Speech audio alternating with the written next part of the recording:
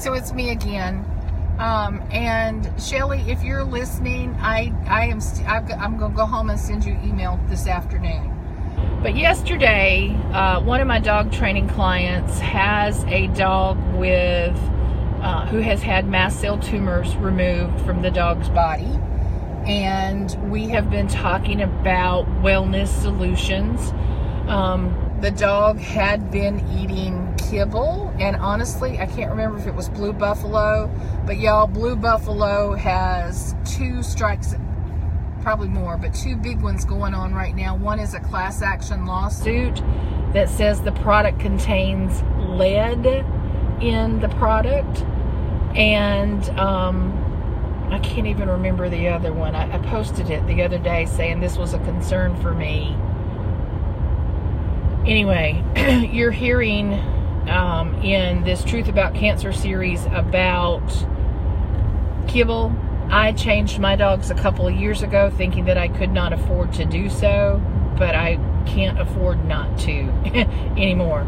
But anyway, back to this dog about the mast cell tumors. And even this conversation is why I made the previous post and why you're going to see a big change in this group. We talked about the use of essential oils, and she asked me what oil should she use for helping this dog. And so we got into the conversation of frankincense, and using frankincense and potentially orange essential oil, which is a combo knockout punch ideally for cancers. I want to be able to say this, and I am, because we're not going to be using names, and I'm going to clean up that page. But anyway, frankincense and orange. And she said, well, I think I have some. And I said, well, what brand is it? And she couldn't remember, so she sent me a picture, and it was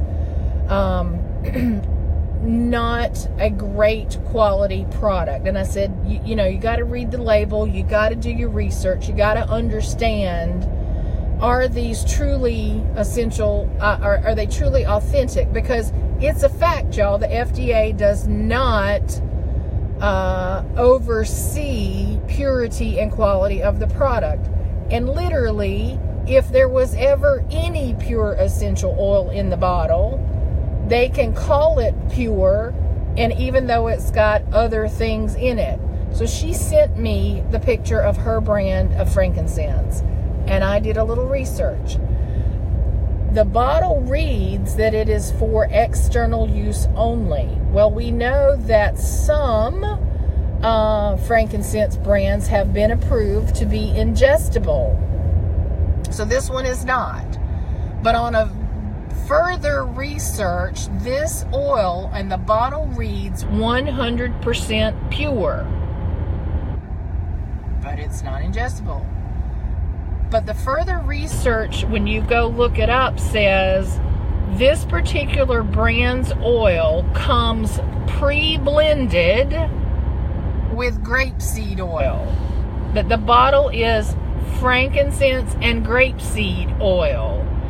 So this is not intended to be a pet product, it's the brand.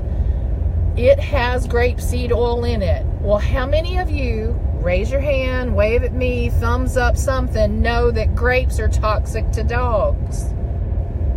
Grapes are toxic to dogs. We can't use that product, right? So she can't use that product on her dog, and certainly not in, to get more aggressive approach to trying to help her dog stay healthy now that these tumors have been removed. So you've got to do your research. I'll help you do your I love the research.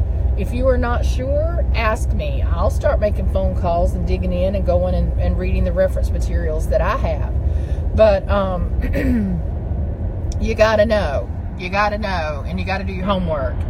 And when we are trying to do something like that, there is a place for us to be very assertive and very aggressive about what we might be trying to use. I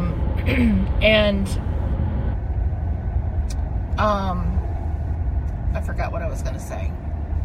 Assertive, aggressive. I don't know. Anyway, just be aware of the oils you're using. They are not all created the same. I promise you they are not.